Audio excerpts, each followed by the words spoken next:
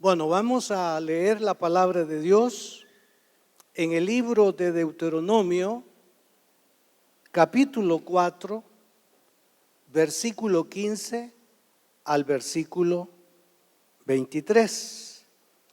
Estamos desarrollando esta serie que hemos titulado Los altares familiares, una escuela de educación cristiana.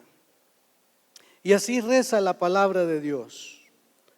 Guardad pues mucho vuestras almas, pues ninguna figura visteis el día que Jehová habló con vosotros de en medio del fuego, para que no os corrompáis y hagáis para vosotros escultura, imagen de figura alguna, efigie de varón o hembra, figura de animal, figura de pez alguno que haya en el agua debajo de la tierra. No sea que alces tus ojos al cielo y viendo el sol y la luna y las estrellas y todo el ejército del cielo, seas impulsado y te inclines a ellos y les sirvas. Porque Jehová tu Dios los ha concedido a todos los pueblos debajo de todos los cielos. Pero a vosotros Jehová os tomó y os ha sacado del horno de hierro, de Egipto, para que seáis el pueblo de su heredad como en este día. Y Jehová se enojó contra mí por causa de vosotros y juró que yo no pasaría el Jordán ni entraría en la buena tierra que Jehová tu Dios te da por heredad. Así que yo voy a morir en esta tierra y no pasaré el Jordán, mas vosotros pasaréis y poseeréis aquella buena tierra. Guardaos, no os olvidéis del pacto de Jehová vuestro Dios, que Él estableció con vosotros, y no os hagáis escultura o imagen de ninguna cosa que Jehová tu Dios te ha prohibido. Doy inicio en esta serie a hacer los comentarios de órdenes bien claras de parte de Dios para el pueblo, su pueblo.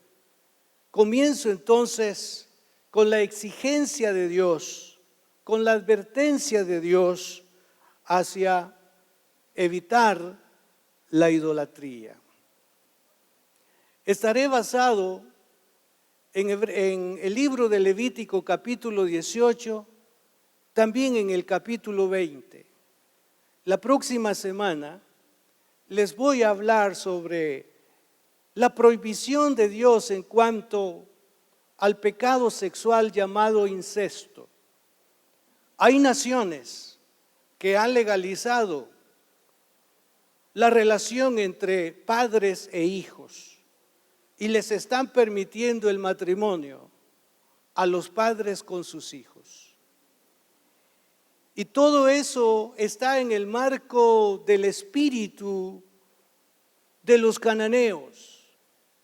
Dios entregó esa tierra a Israel precisamente a causa de esas aberraciones en el campo de la adoración y en este caso en el campo sexual.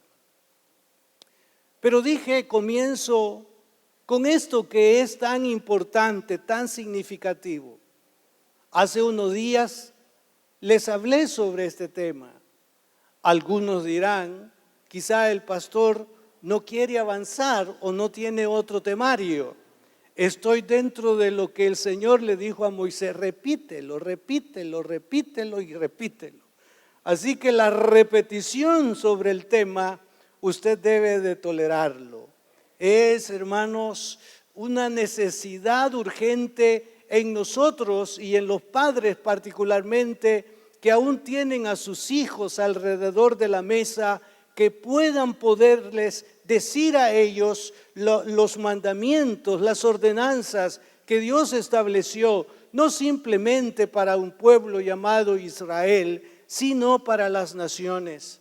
Pero en una particularidad se nos exige a nosotros que nos denominamos el pueblo de Dios. Y en verdad somos el pueblo de Dios a causa de nuestro Señor Jesucristo. Él nos adoptó, Él nos hizo hijos y por esa causa, por esa razón, nosotros somos el pueblo de Dios. Desde el momento que usted y yo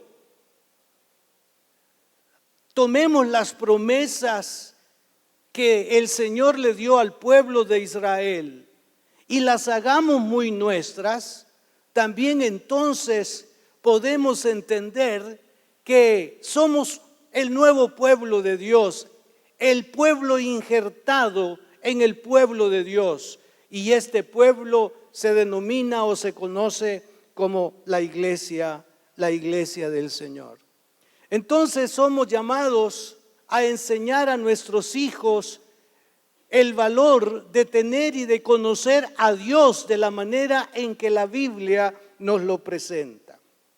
Vale decir que la exhortación de Moisés contra la idolatría es una aplicación del segundo mandamiento. Aquí él está haciendo una repetición de lo que les dijo en primera instancia cuando les dio los 10 mandamientos. Ahora eso sucedió en Éxodo, ahora lo estamos viendo en el libro de Deuteronomio.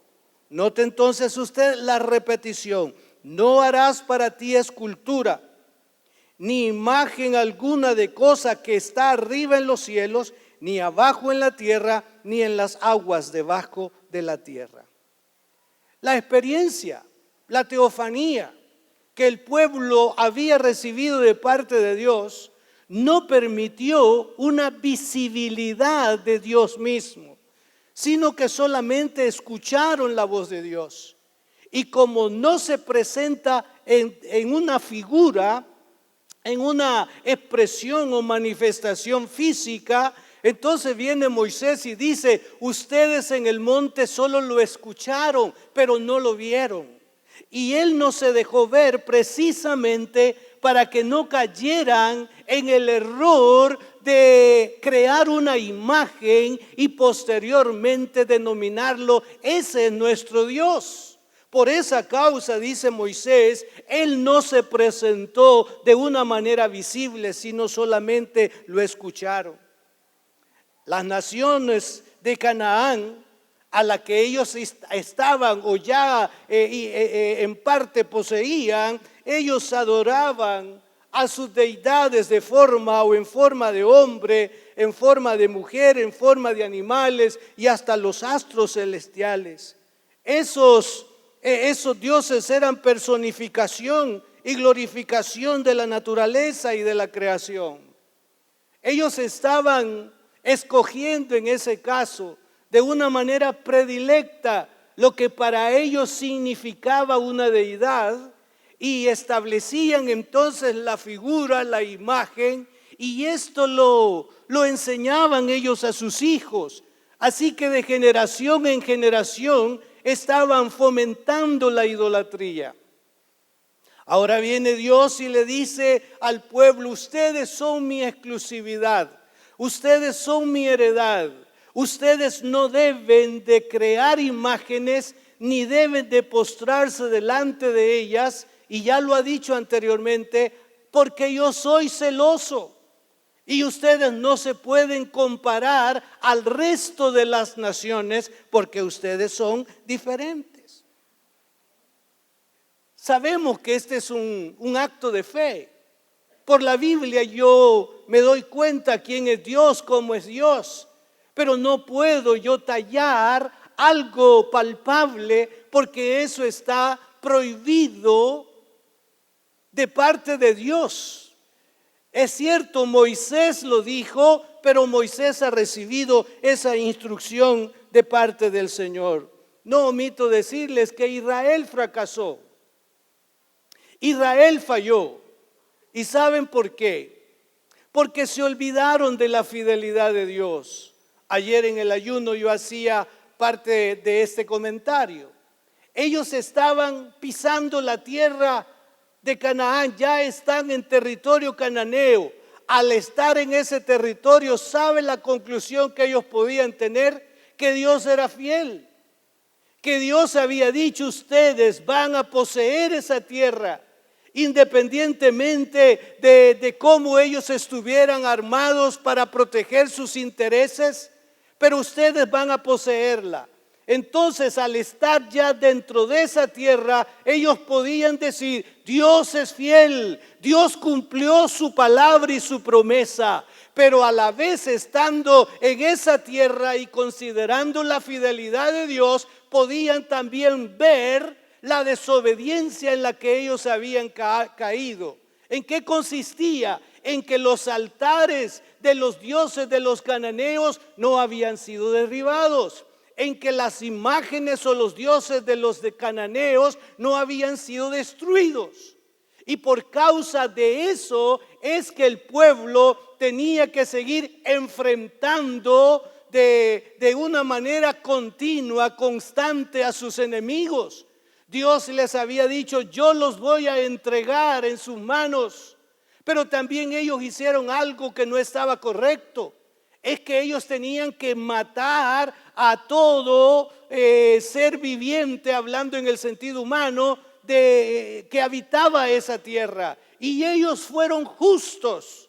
A veces el hombre se presenta más justo que el justo.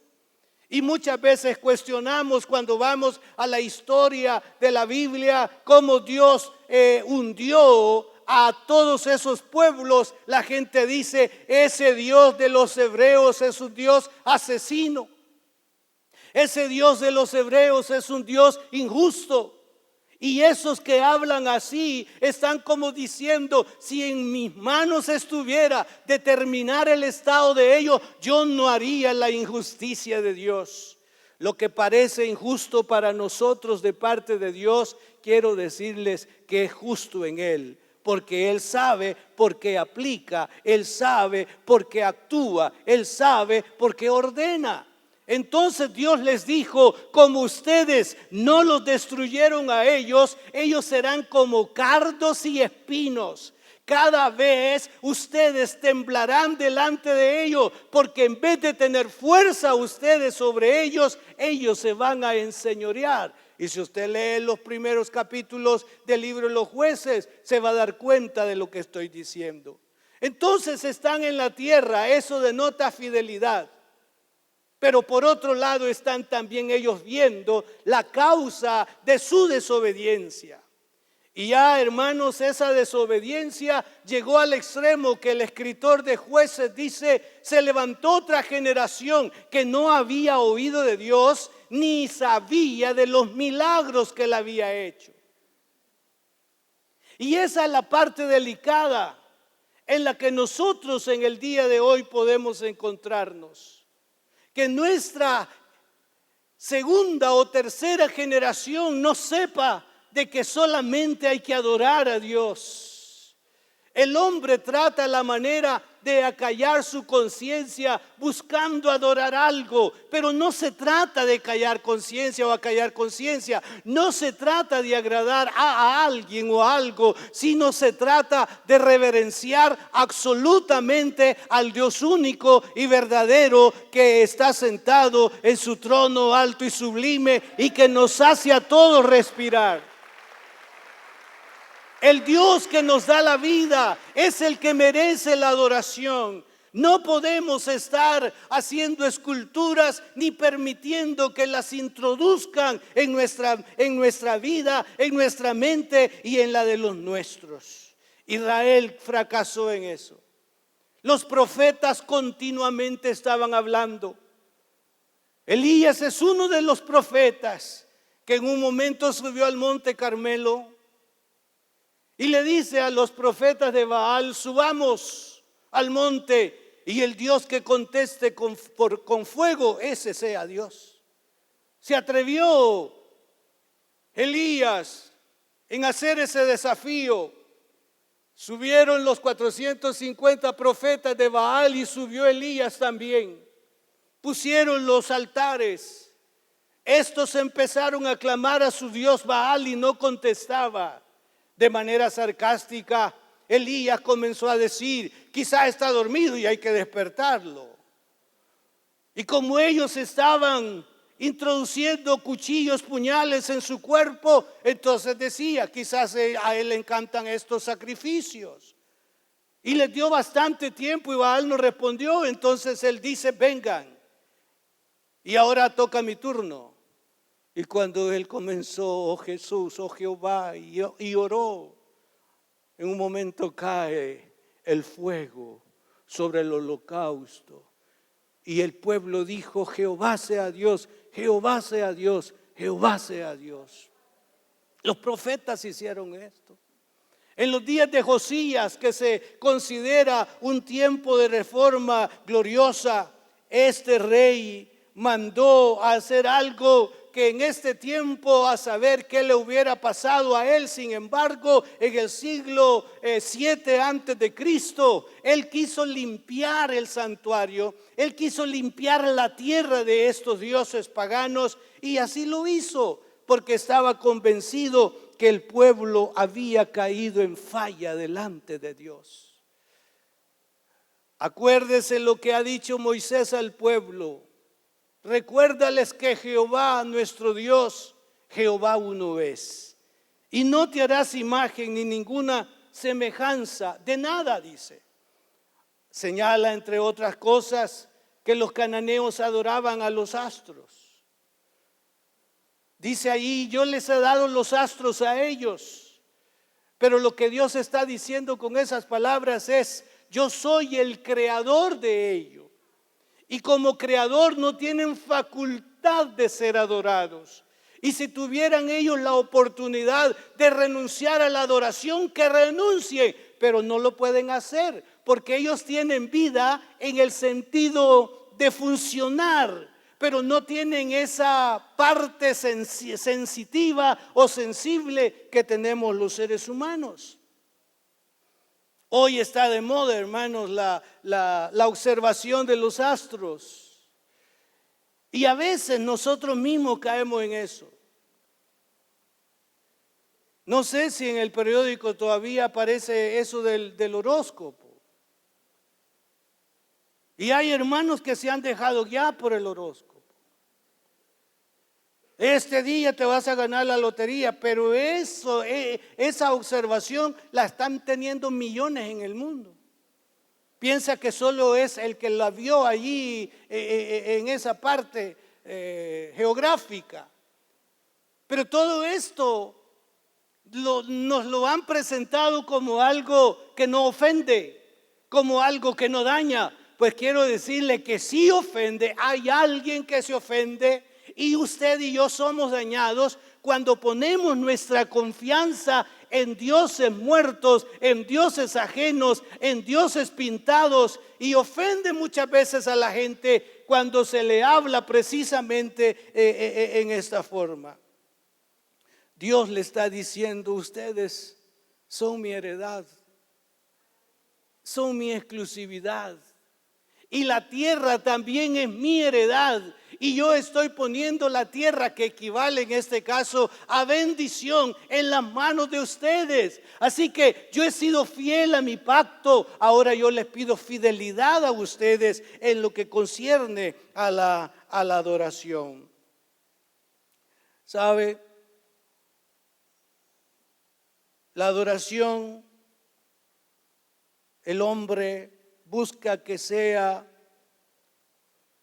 accesible y con respuestas inmediatas.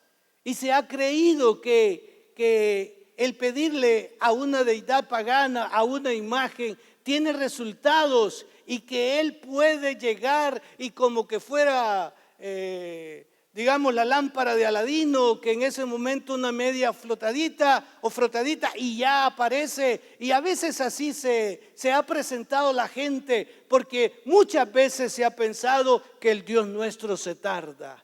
Quiero decirles, hermanos, que el Dios nuestro no se tarda. El Dios nuestro sabe el día y la hora en que debe de abrir su buen tesoro para cada uno de sus hijos, pero Él no se tarda. Él sabe el momento en que debe de hacerlo. Entonces Dios, a través de esta ordenanza, está reclamando su exclusividad sobre el pueblo de Israel y muestra su intolerancia a la adoración de otros dioses. Sí, nosotros en el tiempo de hoy estamos clasificados como los intolerantes. El pueblo intolerante es la iglesia, porque la iglesia está por la Biblia señalando lo que no es debido practicar y realizar. El mundo llama tolerancia y los intolerantes somos nosotros, porque aplicamos la Biblia, enseñamos la Biblia, y aquello que el mundo en el día de hoy lo ve tan normal, y si lo pesamos en la Biblia nos damos cuenta que es una transgresión contra Dios. Entonces, repetidas veces, hermanos, ustedes van a leer de esa prohibición de adorar dioses ajenos, de no fabricar. En un momento Jeremías dice: derechos están como palmera, con clavos y martillos lo afirman, con buril le dan forma. Y ahora viene y dice: no tengan temor de ellos, porque no tienen poder ni para hacer mal, ni para hacer bien. En pocas palabras, son objetos muertos. Los dioses de este mundo son objetos muertos. Y mientras Dios está diciendo que quiere la exclusividad, el mundo insiste y persiste en la conciencia espiritual o religiosa de los seres humanos para hacer contrapeso a la verdad absoluta de Dios en cuanto a que Él es el único de que debe ser adorado. Creo que el Salmo 115 podría ayudarnos un momento en una parte del mismo, y le invito a que lo observemos, por favor. Salmo 115. Este es uno de los salmos no muy amados por algunos, pero dice: no a nosotros, oh Jehová, no a nosotros, sino a tu nombre da gloria, por tu misericordia, por tu verdad. ¿Por qué han de decir las gentes: ¿dónde está ahora su Dios? Nuestro Dios está en los cielos, todo lo que quiso ha hecho. Los ídolos de ellos son plata y oro, obra de manos de hombres. Tienen boca, mas no hablan. Tienen ojos, mas no ven. Orejas tienen, mas no oyen. Tienen narices, mas no huelen. Manos tienen, mas no palpan. Tienen pies, mas no andan. No hablan con su garganta. Semejantes a ellos son los que los hacen, y cualquiera que en ellos confía. Y cualquiera que confía en ellos. Oh Israel, confía en Jehová. Él es tu ayuda y tu escudo. Casa de Aarón, confiad en Jehová. Él es vuestra ayuda y vuestro escudo. Los que teméis a Jehová, confiad en Jehová. Él es vuestra ayuda y vuestro escudo. Jehová se acordó de nosotros, nos bendecirá. Bendecirá la casa de Israel, bendecirá la casa de Aarón, bendecirá a los que temen a Jehová, a pequeños y a grandes.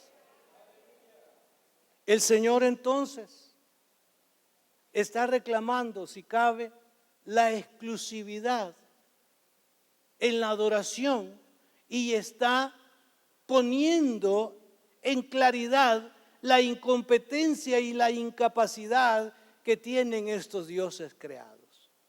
Dios le dijo al pueblo de Israel: os daré la tierra de Canaán, la tierra que fluye leche y miel, y una de las causas o razones para el despojo es porque ellos eran un pueblo idólatra. Y apreciados hermanos, una nación que cae en idolatría, cae en maldición. Una nación que abraza la idolatría, aleja, distancia a Dios o abre las puertas para el castigo, para el juicio, para la disciplina de parte del Señor. Suena fuerte y drástico quizá, pero es una verdad. Y es a eso que el Señor nos llama a evitar a nuestra descendencia. Nuestra descendencia seguirá habitando esta tierra posiblemente. Quizá no se vayan para otras latitudes. Y que nosotros estemos seguros que en ese espacio donde residen, por ser reverentes y temerosos a Jehová el Señor, en ese espacio serán prosperados y serán bendecidos. El Dios milagroso se mostrará en ese espacio y quizás los que le rodeen estarán en una crisis, pero los que temen a Jehová son prosperados y Jehová honra a los que le honran. Enseñemos entonces sobre esta verdad de Dios, repitámosla a los hijos, desechemos toda clase de idolatría, porque al Señor tu Dios adorarás y a Él solo servirás. Relacionando lo antes dicho con su altar familiar, repitiendo lo siguiente: los padres son los responsables de la educación cristiana de sus hijos. Hoy nos lamentamos algunos porque no tuvimos espacio y tiempo para repetir los dichos del Señor. Los mejores momentos en la vida del ser humano, que es en la niñez. Otros pudieron introducir sus pensamientos y sus ideas. Estaban posesionándose la mente de nuestros hijos y nosotros no nos percatábamos de ello.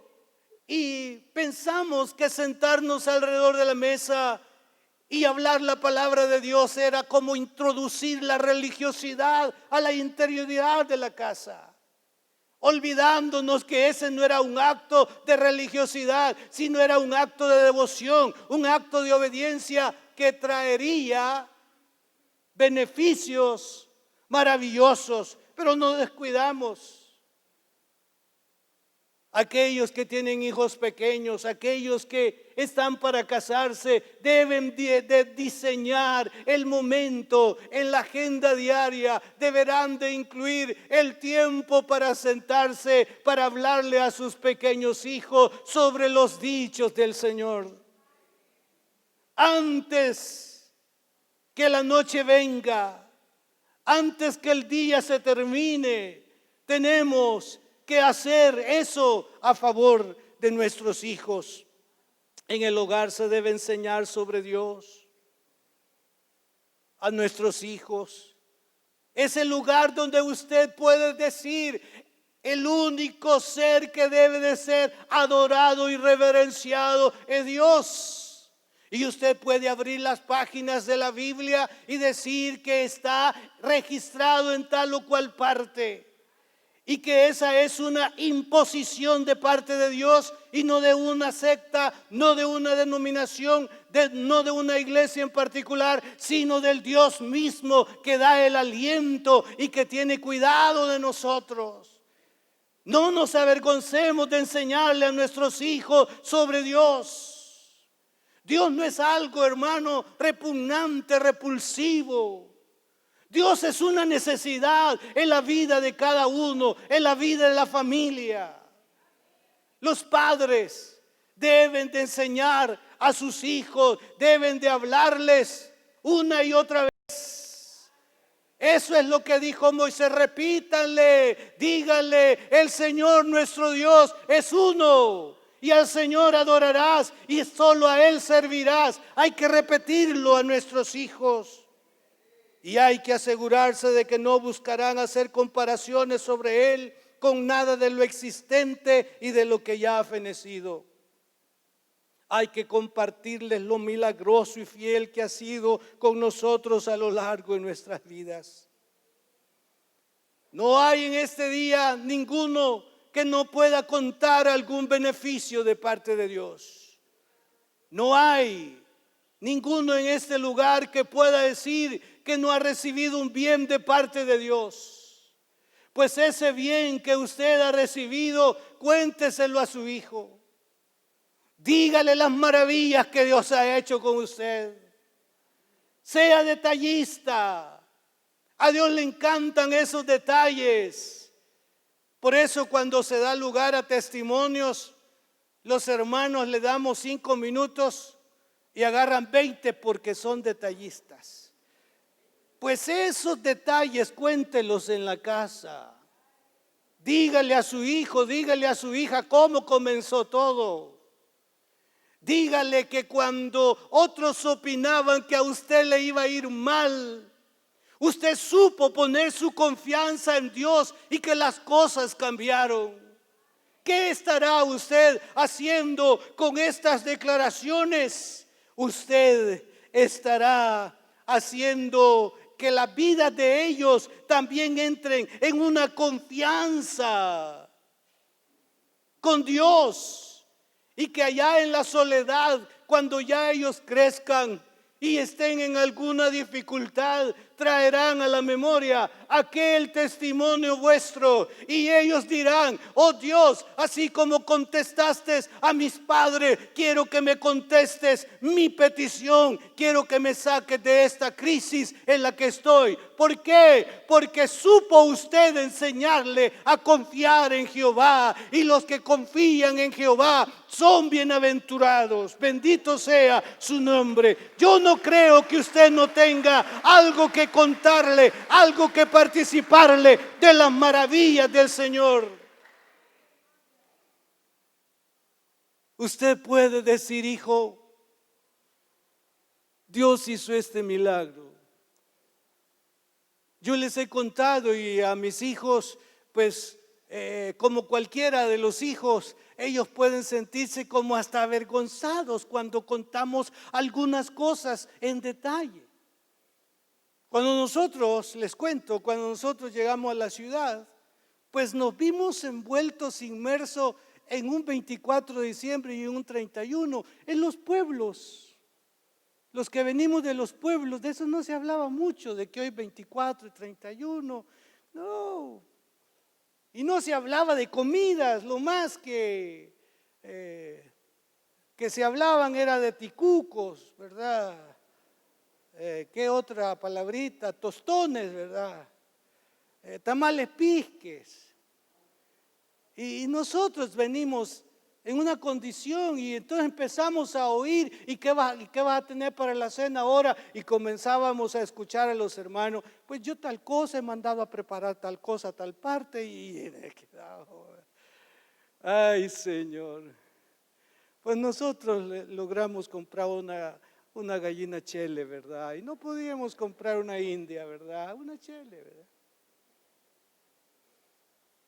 Pero ya el Señor quiso que eso cambiara, entonces fuimos a comprar el siguiente año un chompipollo. Ya no venden eso, ¿verdad? Muy grasoso, ¿verdad? Pero el siguiente año nos comimos un pavo que mi suegro se ganó en una rifa. Y él dijo: mira, como aquí paso con ustedes, él le dijo a Mary: arreglalo vos aquí. Así que un pavo feriado, ¿verdad? O rifado mejor. Pero el siguiente año, ¿qué? Dios le habló a una hermana que nos diera un pavo. Y ella lo mandó a cocinar y nos lo llevó a la casa, así solo de sentarnos y comenzar a comerlo. Y yo les he contado así a los muchachos. Y yo les decía: este es Dios. Es así. ¿Cuál es su vergüenza de contarle? Y él hasta se puede sentir incómodo y aburrir con lo mismo. Esos eran tus tiempos. Los tiempos hoy han cambiado. Ahora no hay que esperar, ahora hay que ir a robar. Los tiempos han cambiado. Hermanos, enseñémosles lo milagroso que es Él. Digámosles que Dios no es hombre para que mienta. Digámosle que no es hijo de hombre para que se arrepienta. Digámosle que lo que Él ha dicho en su palabra es una realidad, es algo que se cumple en el tiempo establecido por el Señor. Digámoslo. Y un día ellos van a decir también: Dios, ¿cómo me estás bendiciendo, Señor? Parece que las oraciones de mis padres están funcionando, mi Dios. También a mí me están alcanzando las bendiciones de tu presencia en mi vida.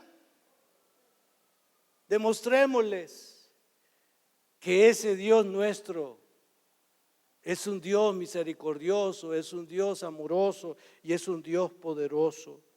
Hay que aprovechar la autoridad que el Señor nos ha dado sobre ellos. Ya les he mencionado eso. Los hijos reconocen la autoridad. Es cierto, algunos quizá por X o Y razones sienten que perdieron la autoridad sobre sus hijos. Porque en un momento los hijos reclamaron lo siguiente: tú me dices que yo no haga tal cosa, pero tú la haces. Es entonces que perdemos autoridad. Tú me estás diciendo que no haga eso y tú lo haces. Tienen razón y hay que entenderlo y hay que arrepentirnos de eso y hay que mostrarles las verdades de Dios, las normativas de Dios plasmadas en su palabra. Hay que enseñarles y hay hijos que lo reconocen. Los que honran a su padre y a su madre les irá bien en la vida. Y Dios le dará largura de días, meses y años se aumentarán y serán prosperados. Enseñémosle a nuestros hijos el valor del respeto a los padres. Enseñémosles ese valor y Dios se encargará de honrarlos. Ese es el mandamiento con promesa. Y hay que evitar que caigan en la rutina, en la ruina en su futuro próximo. Hay que evitar que caigan en la ruina en su futuro próximo. ¿Cómo hacerlo? Pues repitiendo la palabra de Dios, enseñando la palabra de Dios. Y la misma Biblia dice que no volverá vacía, sino que hará conforme a lo que está dicho. La palabra de Dios no volverá vacía. Y yo quiero animarles, aunque usted esté pasando por algún tormento hoy, a que Dios ama al justo y responde al justo. Y que este estado, esta etapa por la que está pasando, que la está aprovechando el maligno, usted pueda declararse en victoria en Cristo Jesús, reclamar lo suyo, reclamar lo suyo, reclamar lo suyo. Métase más con Dios, estimado Padre. Métase más con Dios. No vea las cosas de la iglesia como simplemente de domingo, no. Participe, involúcrese. Y cuando eso suceda y que sus hijos también se involucren, la historia de la familia va a cambiar. Pero el primero que debe cambiar somos nosotros, porque muchas veces los adultos somos los que hablamos en mal de Dios, en mal de la iglesia, en mal de los líderes, y de repente los hijos andan diciendo lo mismo que los padres. Si usted le enseña cosas buenas, pues cosas buenas van a decir, y si les enseña cosas malas, pues cosas malas y perversas van a decir. Entonces, el primer llamado es a reconocer en la vida a Dios como el único Dios y adorarlo y servirlo. Enseñemos esto a nuestros hijos. Aprovechemos el tiempo porque los días son malos. Y para finalizar, Jesús dijo: si permanecéis en mí y mis palabras permanecen en vosotros, pedid todo lo que queréis y os será hecho.